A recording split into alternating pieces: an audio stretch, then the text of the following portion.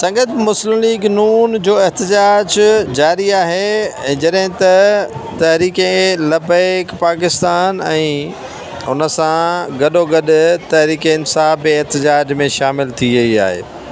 76 साल इन मुल्क के जुड़े थियो आहे, पर सियासी अनबैलेंस सियासी अदम इस्तेहकाम की वजह से एहतजाज जो सिलसिलो जारी है। तहरीक इंसाफ़ जी अगवान सनम जावेद के FIA पारां गिरफ़्तार किया वियो है। इस्लामाबाद और लाहौर की टीम गुजरांवाला पहुंची सनम जावेद के गिरफ़्तार करे वरतो है, जॾहिं त तहरीक इंसाफ़ के अगवान बानी PTI और संदस घरवारी बुशरा बीबी जी अज इद्दत वारे केस में ज़मानत केस ख़त्म थियण बावजूद भी केस नेब जे बेन केसन में गिरफ़्तारी ज़ाहिर करे खेन अडियाला जेल में आज़ाद न करण ते तहरीक इंसाफ़ के कारकुनन जो अडियाला जेल ॿाहिरां एहतजाज जो सिलसिलो शुरू थियो है।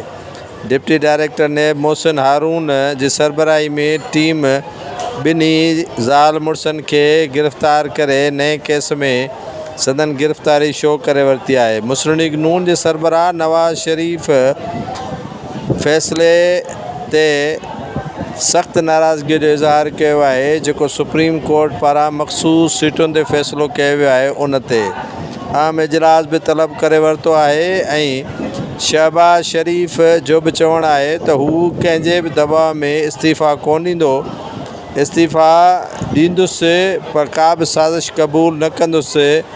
को भी ज़ाती पसंद और नापसंद ना है, कौमी मफाद में सब नी खां मथां है, कोई भी गलत फहमी में न रहे। तहरीक इंसाफ़ PTI जैसे चऊं था मुस्लिम लीग नून तहरीक लबैक जो रावलपिंडी में एहतजाजन सबब ज़िंदगी मानून की मफलूज थी रही वही और केतरनी गाड़ियों जा शीशा पिण टोड़िया विया। मुस्लिम लीग नून एहतजाज करे पई त संदन मखसूस सीटुन वारो फैसलो सुप्रीम कोर्ट वापस वठे और कलदम करार